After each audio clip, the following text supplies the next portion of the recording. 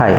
So ఈరోజు మన అంశం ఏంటంటే సర్జరీ తర్వాత ఎలాంటి జాగ్రత్తలు తీసుకోవాలి. ఐ సర్జరీ తర్వాత మీకు ఇన్ఫెక్షన్ వచ్చే ఛాన్స్ ఉంటుంది. సో మీరు తీసుకోవాల్సిన జాగ్రత్తలు ఏంటి అంటే మన హ్యాండ్స్ని అక్కడిక్కడ ముట్టుకొని ఐస్ని టచ్ చేయకూడదు. This is the most important thing, first point. So drops వేసేటప్పుడు మీరు హ్యాండ్స్ నీట్గా వాష్ చేసుకొని మన కింది రెప్ ఉంది కదండి, దాన్ని కిందికి ఇలా పుల్ చేసి కన్నుకు టచ్ అవ్వకుండా ఒక డ్రాప్ వేసుకోవాలి. డ్రాప్ వేసుకున్న తర్వాత 2-3 నిమిషాలు కళ్ళు మూసుకుంటే బెటర్. ఒకవేళ మీకు గొంతులోకి కానీ ముక్కులోకి కానీ డ్రాప్స్ వస్తున్నాయి అనుకుంటే మీరు ఇక్కడ ప్రెస్ చేసి ఉండొచ్చు. ఇలా ప్రెస్ చేసినప్పుడు మీకు గొంతులో కానీ ముక్కులో కానీ డ్రాప్స్ అనేవి రావు. ఏమేమి తినాలి ఏమేమి తినకూడదు అని చాలామంది అడుగుతూ ఉంటారు. సో ఇందులో ఫుడ్ రెస్ట్రిక్షన్స్ అనేవి ఏమి ఉండవు. మీకు ఏది నచ్చితే అది తీసుకోవచ్చు హ్యాపీగా. గట్టి పదార్థాలు అయినా తీసుకోవచ్చు, మెత్తటి అయినా తీసుకోవచ్చు, అలా ఏమి ఉండదండి. ఇంతకుముందు ఏంటంటే ఓల్డ్ మెథడ్స్లో లేజర్ అసిస్టెడ్ సర్జరీస్ కాదు కాబట్టి కొంచెం ఆ రెస్ట్రిక్షన్స్ అనేవి ఉండేవి. ఇప్పుడున్న మెథడ్స్లో మీకు అలాంటి రెస్ట్రిక్షన్స్ ఏం లేవు. ఎట్ సైడ్ పడుకోవాలి, ఆపరేషన్ అయినా సైడ్ పడుకోవచ్చా లేదా రివర్స్లో పడుకోవాలని అడుగుతుంటారు. యూజువల్గా ఏంటంటే మీరు పడుకుంటే సపోజ్ లెఫ్ట్ ఐ అయింది అనుకోండి సర్జరీ, మీరు లెఫ్ట్ ఐ సైడ్ పడుకున్నప్పుడు ఈ హ్యాండ్ అనేది ఐని ప్రెస్ చేసే ఛాన్స్ ఉంటుంది కాబట్టి యూజువల్గా ఆపోజిట్ సైడ్ పడుకోండి అని చెప్తాము. If you are very careful, yes you can sleep on either side, no issue. So ఏదైనా ఎమర్జెన్సీ కాల్స్ ఉంటే 100% మీరు హ్యాపీగా మాట్లాడుకోవచ్చు. బట్ స్క్రీన్ టైం, నియర్ విజన్ అనేది కొంచెం కొన్ని రోజుల పాటు అవాయిడ్ చేస్తే better. And most important follow ups అండి. యూజువల్గా ఏంటంటే సర్జరీ అయిన తర్వాత 1 or 2 డేస్కి ఒకసారి చూస్తాము. దాని తర్వాత మళ్ళీ ఒక 10 days లేదా 1 week తర్వాత చూస్తాం. ఈ 2 ఫాలోఅప్స్ అనేది very very important. And other precautions వచ్చేసి ఏంటంటే క్రౌడెడ్ ప్లేసెస్కి వెళ్ళకపోవడం బెటర్ ఇనీషియల్ పీరియడ్లో.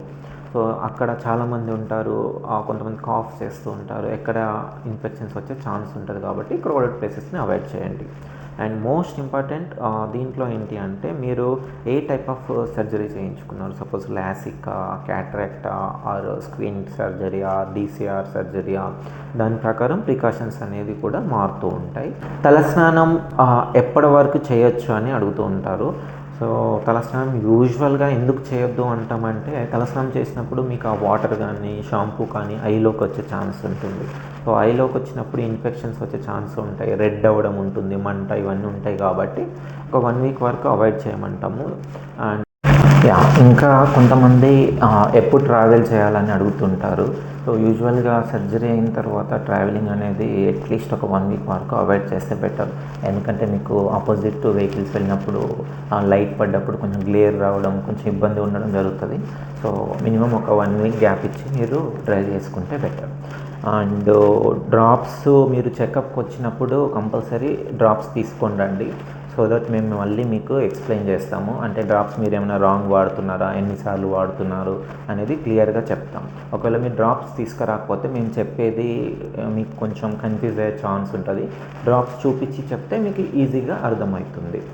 అండ్ కన్ను ఎప్పుడైనా మీకు రెడ్ అయినా, నొప్పి బాగా ఎక్కువగా నొప్పి అనిపించినా ఇమ్మీడియట్గా కన్సల్ట్ చేయాలి.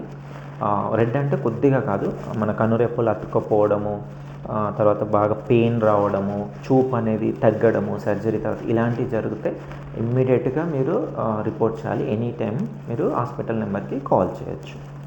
మేము మీకు సర్జరీ తర్వాత బ్లాక్ షేడ్స్ ఇస్తాము. సో ఆ బ్లాక్ షేడ్స్ అనేవి ప్రొటెక్షన్ కోసం, అంటే ఇంట్లో లైట్స్ ఉన్నప్పుడు ఎక్కువ బ్రైట్నెస్ కనిపిస్తుంది, కొద్ది ఇబ్బంది ఉంటుంది. ఎందుకంటే అంతకుముందు మీకు సర్జరీ చేసినప్పుడు క్యాటరాక్ట్ కానీ ఏదైనా ఉన్నప్పుడు ఆ లైట్ అనేది కంటి లోపలికి పోదు, మీకు అంత బ్రైట్నెస్ కనపడదు. ఎప్పుడైతే మనం క్యాటరాక్ట్ రిమూవ్ చేసి లెన్స్ని ఇంప్లాంట్ చేస్తామో ఎక్కువ లైట్ అనేది కంటి లోపలికి వెళ్తుంది కాబట్టి కొంచెం బ్రైట్నెస్ ఎక్కువ ఉండి చాలా చూడలేకపోతున్నామని కొంతమంది చెప్తూ ఉంటారు.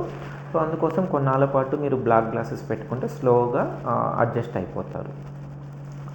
అండ్ సర్జరీ తర్వాత కొంతమంది తలనొప్పి వస్తుంది, మాకు ఇటు సైడ్ అంతా లాగుతుంది అంటారు. యూజువల్గా అది ఏంటంటే మేబీ వాళ్ళు ఒకటే సైడ్ పడుకోవడం వల్ల కూడా జరుగుతుంది. అండ్ ఆఫీస్కి ఎప్పుడు వెళ్ళొచ్చు అని అంటుంటారు. ఆఫీస్కి అనేది కూడా ఒక 1 week రెస్ట్ ఇస్తే బెటరు. ఎందుకంటే మీరు ఆఫీస్లో అక్కడిక్కడ ఉండి వర్క్ చేసేటప్పుడు మీకు తెలియకుండా అక్కడికి ముక్కుని హ్యాండ్స్ ముట్టుకునే ఛాన్స్ ఉంటుంది. అండ్ డ్రాప్స్ వేసుకోవడం కూడా మర్చిపోతూ ఉంటారు బిజీ షెడ్యూల్లో. కాబట్టి ఒక 1 week ఇచ్చి మీరు ఆఫీస్కి వెళ్ళడం బెటర్. యా. అండ్ సర్జరీ తర్వాత నీరు కారడం అనేది, కొంచెం నీరు కారడం అనేది లేదా కుచ్చుకోవడం అనేది అది కామన్ అండి. చాలామంది సర్జరీ తర్వాత మాకు ఏదో ఇక్కడ సైడ్కి కుచ్చుకున్నట్టుంది అని అంటూ ఉంటారు. కొంతమంది లైట్గా నీరు కారడం అనేది చెప్తారు. ఇవి రెండు కూడా స్మాల్ ప్రాబ్లం. అది గ్రాడ్యువల్గా మీకు తగ్గుతూ ఉంటాయి డ్రాప్స్ వేస్తున్న కొద్దీ. దాని గురించి మీరు వరి అవ్వాల్సిన అవసరం లేదు. సో చాలామంది ఏంటంటే సర్జరీ అయిన తర్వాత మేబీ 6 months 1 year తర్వాత వచ్చేసి ముఖంలో నీళ్ళు కారుతున్నాయి, అతుక్కుపోయినట్టు ఉంటుంది, లేదా దురదలు వస్తున్నాయి, సర్జరీ బాగా అవ్వలేదేమో, లేదా మంచి లెన్స్ వేయలేదేమో అని ఇట్లా రకరకాల డౌట్స్ ఉంటాయి. సో ఈ దురద రావడం కానీ, నీరు కారడం కానీ, కన్ను కుచ్చుకున్నట్టు అవ్వడం కానీ వీటికి క్యాట్రాక్ట్ సర్జరీకి సంబంధం లేదండి. సో ఇవన్నీ కూడా వేరే ప్రాబ్లమ్స్, ఎవరిలో అయినా రావచ్చు. మీరు క్యాట్రాక్ట్ చేయించుకున్నా లేదా లాసిక్ చేయించుకున్నా రావచ్చు, చేయించుకోకపోయినా రావచ్చు. అంతేగాని క్యాట్రాక్ట్కి లెన్స్ సరిగా వేయకపోవడము లేదా సరిగా అవ్వకపోవడము ఉంటే మీకు విజన్ ప్రాబ్లమ్స్ వస్తాయి. అంతేగాని ఈ కుచ్చుకున్నట్టు ఉండడము, నీరు కారడము, కంట్లో ఏదో పడ్డట ఫీలింగ్ ఉండడము, దురదలు రావడము ఇవన్నీ కూడా కామన్ అండి. వీటికి క్యాట్రాక్ట్ సర్జరీకి సంబంధం లేదు.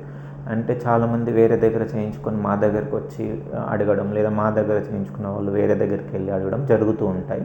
సో ఈ డౌట్ను క్లియర్ చేయడం కోసం మీకు ఇది చెప్పడం జరుగుతుంది. షేర్ చేయండి అండ్ సబ్స్క్రైబ్ చేసుకోండి. ఇలాంటి వీడియోస్ మీకు ఫర్దర్గా వస్తూనే ఉంటాయి. Thank you.